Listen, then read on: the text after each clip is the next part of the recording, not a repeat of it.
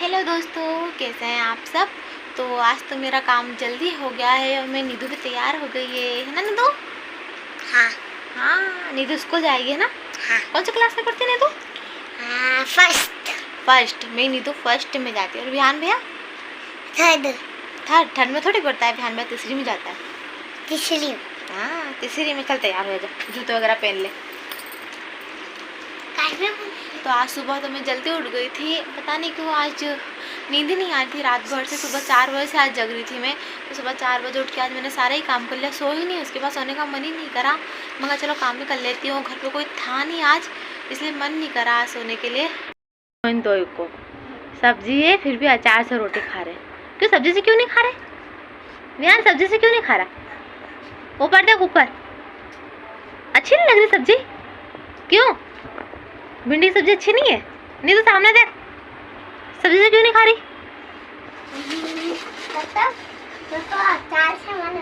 अचार से मन हो रहा है। चलो खा लो, जल्दी से तैयार हो जाओ। तो ये दोनों भाई बहन तो स्कूल चले गए हैं। तैयार कर दिया मैंने इन्हें, तो चले गए हैं। सुबह भिंडी की सब्जी बनाई थी। कभी कभी तो बहुत चाव से खाते हैं सब्जियों ना, तो सब्जी ही नहीं खाई उन्होंने। खाई भी नहीं और टिफ़िन में लेके भी नहीं गए, बल्कि उनके लिए मैंने सुबह उठ के मेहनत की। मैं गला थोड़ी सी भिंडी रखी तो वही बना देती हूँ टिफ़िन में। घर पे कोई है भी नहीं। सुबह की सब्ज़ी थोड़ी सी बना लेती हूँ, रात की भी रखी थी। कौन खाएगा मैंने कहा इतनी सब्ज़ी, तो नहीं लेके गए। और टिफ़िन में भी अचार लेकर ही गए हैं। और बोल के गए मम्मी दाल चावल बनाना। तो ऐसे ही नहा के आ गई हूँ मैं। देखिए चोटी भी नहीं बांधी, ऐसे ही जूड़ा बांध लिया मैंने। कुछ भी नहीं किया है। पहले पूजा करी, पूजा करने के बाद सीधे दाल चावल बनाने के लिए आ गई हूँ मैं। वैसे तो दोनों भाई बहन स्कूल से 2 बजे आते हैं दोपहर के, पर मैं यहाँ फटाफट नहा के आ गई थी। पूजा भी कर लेती, सोचा बना ही लेती हूँ। 11:30 बजे उनका लंच होगा तो स्कूल में ही दे आऊँगी और आके भी खा लेंगे, क्योंकि वैसे भी उनका बहुत मन हो रहा था खाने का। मैंने सुबह नहीं बनाया, मैंने सब्जी बना दी, रोटी बना दी। तो दोनों ठीक से लेकर नहीं गए हैं, तो दे के आ जाऊँगी बन जाएंगे तो। और आज तो हम पूरी रात परेशान हो गए, बिल्कुल भी नहीं सोए।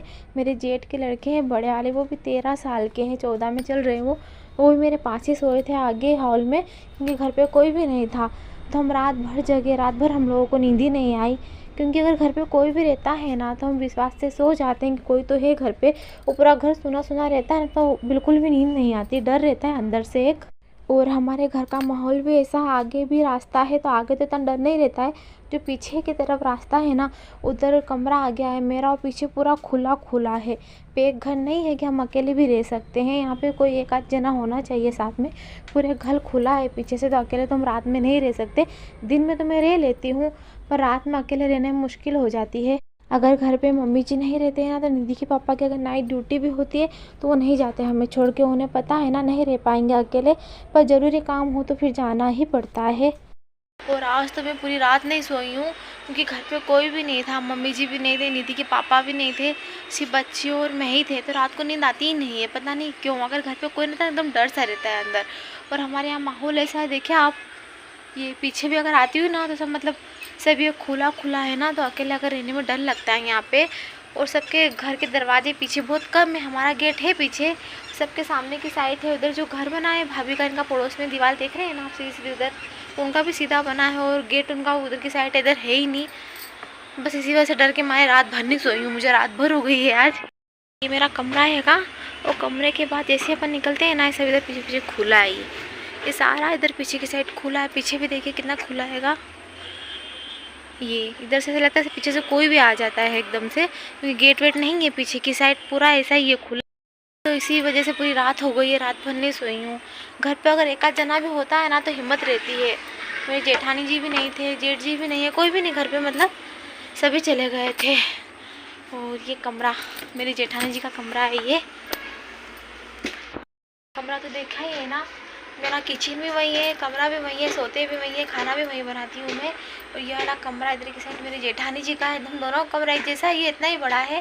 और आगे 2 कमरे हैंगे, मैं बताती हूँ आज आपको। वो देखिए कितने सारे कपड़े डले हैं, बाहर मेरे डले हैं सारे कपड़े। यहाँ पे मेरी जेठानी जी डाल गए कपड़े, सूख नहीं रहे बारिश की वजह से।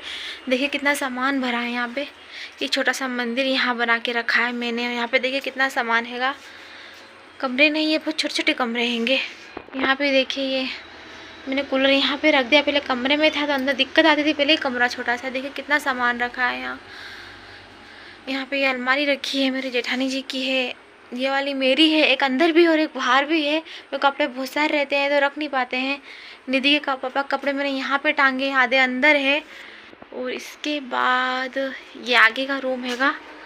यहाँ पे देखिए ये इतना बड़ा है। और यहाँ पे मेरे पापा जी, मेरे ससुर जी की फ़ोटो लगी हुई है एक बार। ये यहाँ पे 2 पलंग रखे हुए हैं। ये भी इतना बड़ा नहीं है, छोटा ही है। हाँ, टीवी चल रही है यहाँ पे। और ये अलमारी है, मम्मी जी कपड़े रखते हैं इसमें। मम्मी जी और बच्चे भी रख लेते हैं, मेरे जेठानी जी के बच्चे भी हैंगे 2। बस ये इतना ही बड़ा घर हैगा, बहुत इतना छोटा सा घर हैगा। यहाँ पे देखिए बाबा की तस्वीर लगी है ना, बहुत प्यारी तस्वीर हैगी। और बाहर की साइड में मैं बता देती हूँ, देखिए इतने सारी ईंटें रखी है। ईंट हमारी ही हैगी, पर अभी कुछ घर का काम वाम तो नहीं लगा है। पर ये शायद पुरानी ईंट थी और कम में ही मिल रही थी, तो मम्मी जी ने लेके रख ली है। और यहाँ देखिए ये बाहर का नज़ारा। और मैं पर्दे के आड़ में खड़ी हूँ, बाहर नहीं निकल सकती हूँ, घूंघट डालना पड़ेगा। सामने वो अंकल जी वगैरह सब बैठे हैं। तो पड़ोस में भाभी, उनके कपड़े सूख रहे हैं यहाँ पे। तो बाहर का छोटा सा वीडियो मैंने चुपके चुपके बनाया है। सब मेरे चेहरे तरफ देख रहे थे, सोच रहे होंगे ना कि अब वो कोई बाहर नहीं आती है, आज कैसे बाहर आ गई है। मैं बाहर नहीं जाती हूँ, वैसे भी घूंघट डालते हैं तो अच्छा नहीं लगता। बाहर जाओ, बड़े बड़े बैठे हैं, वो सब बुजुर्ग लोग रहते हैं, बड़े बड़े बैठे रहते हैं, और अपन बाहर जाके से खड़े हो जाओ तो अच्छा नहीं लगता है ना। वैसे भी हमारे यहाँ सिटी है, पर इधर गाँव जैसा माहौल ही है इधर। और रही बात ये मान सम्मान की है कि मुझे कोई ऐसा नहीं है कि घूंघट डाले, उनसे डर लगता है, बात डर की भी नहीं है। उनकी बहू भी मान सम्मान देती है हमें, घूंघट वगैरह सब डालती है वो लोग, तो हम नहीं डाल सकते घूंघट डालने में कैसी शर्म। वैसे भी हमारे समाज में तो घूंघट डलता है, हमारे यहाँ भी हम घूंघट डालते हैं। मेरे यहाँ मेरे जेठ जी है, अगर मेरे नंदोई जी वगैरह भी आ जाते हैं ना, तब भी हम घूंघट लेते हैं। और ऐसा नहीं है, अगर मम्मी जी और निधि के पापा भी अगर बैठे होंगे ना, तब भी मुझे इतना इतना घूंघट लेना ही पड़ता है। बस सास जी बैठी, उनके सामने भी थोड़ा बहुत घूंघट लेना ही पड़ता है। तो सब कहते हैं, पर मुझे शर्म नहीं आती घूंघट निकालने में। भाई हमारे यहाँ घूंघट निकालते हैं, लोग निकालते हैं घूंघट निकालने में कौन सी शर्म। और हमारे यहाँ नहीं, बहुत सारी लड़की पढ़ी लिखी होगी ना बेचारी, कितनी पढ़ी लिखी रहती है, गाय वगैरह रहती है जिनके घर में, गाय वगैरह भी संभालती है, दूध भी निकालती है, खेत वगैरह में भी जाती है, खेत का भी काम करती है, कितनी पढ़ी लिखी रहती है। इतना इतना घूंघट डाल के निकल के जाती है, मैं देखती हूँ सुबह सुबह उनको। मेरे यहाँ तो कुछ भी इतना काम नहीं, बेचारी कितना काम करती है, सुबह से उठती है वो तो।